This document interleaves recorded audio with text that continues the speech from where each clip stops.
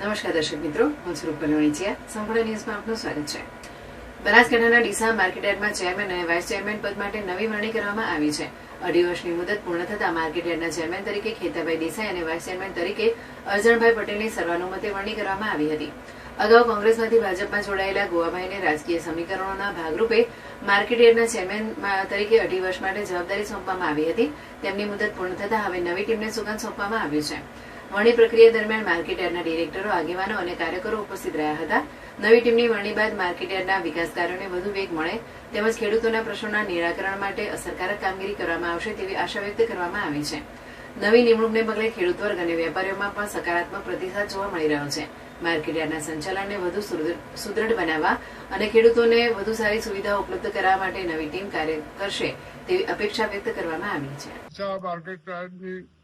ચેરમેનની ચૂંટણી હતી એમાં ભારતીય જનતા પાર્ટીએ મારા નામમાં મેન્ડેટ આવી મને બિરેજી બનાવે એ બદલ ભારતીય જનતા પાર્ટીનો ખૂબ આભારી તથા તમામ અમારા મંડળનો આભારી, તમામ ભારતીય જનતા પાર્ટીના આગેવાનોનો પણ આભારી અને આ માર્કેટનું ખેડૂતો હિતલક્ષી કરીશ.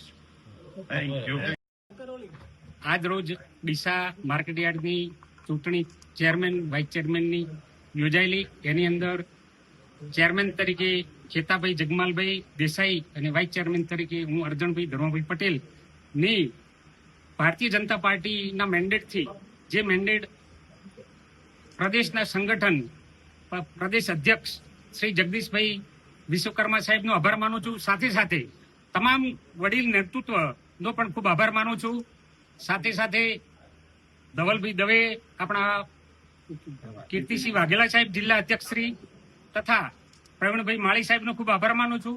ધાનેરાના ધારાસભ્ય માવજીભાઈ સાહેબનો પણ ખૂબ ખૂબ આભાર માનું છું. તથા જિલ્લા સંગઠનનો પણ ખૂબ આભાર માનું છું. તાલુકા અને શહેર સંગઠનનો પણ ખૂબ આભાર માનું છું.